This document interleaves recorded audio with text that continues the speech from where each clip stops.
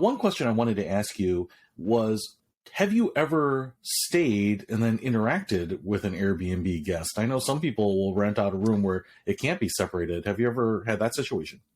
Yes. So that was actually one thing I was going to bring up earlier. You'd asked me about if I'd ever had any negative experiences in terms of damage, but I wanted to touch on one negative and a couple weird experiences I had in terms of interactions. And it's when I was renting out just a room, and it's when I was like staying here frequently while the guests were staying here. So when I just started out, I really didn't have enough reviews to get customers that I wanted. I had so few reviews that I really was stuck going with just low paying customers that wanted to share a room.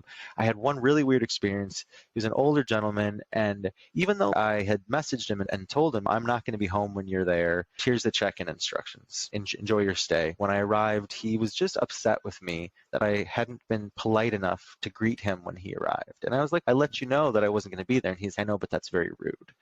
And so that was odd, and that made me feel uncomfortable. I had another gentleman who was just clearly a heavy smoker, and he was such a heavy smoker that even though he didn't smoke in the room, it took a while for his smell to dissipate. I had a couple guests, I think it was their first time on Airbnb, and they didn't realize that it was a shared space. And so they were alarmed when I would come home. And they'd be like, what are you doing here? And I'd be like, here's your reservation, and I live here. But then I've also had really great experiences. I had one guest, she was visiting from, I think, Vietnam, and made the best homemade spring roll. I've never had a homemade spring roll besides that, but it was the best homemade spring roll I've ever had in my entire life. And I also met occasional interesting people. Again, because it was people that were traveling on a budget, I tended to get a decent amount of students, and specifically students who were in Chicago auditioning for whether it was an instrument or voice or theater. But I met a lot of really interesting people who were here either interviewing for a college or for a professional position. So I met several professional musicians,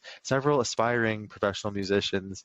Sometimes just timing was right, where someone would just be like, oh, hey, do you want a beer? And I'd be like, actually, sure. And you just start talking. And even though this person's from the other side of the country and completely different than you, you'd find some commonality. But I would say, even just having the few comfortable interactions, that those few times were enough that I was just I don't really want to share my space.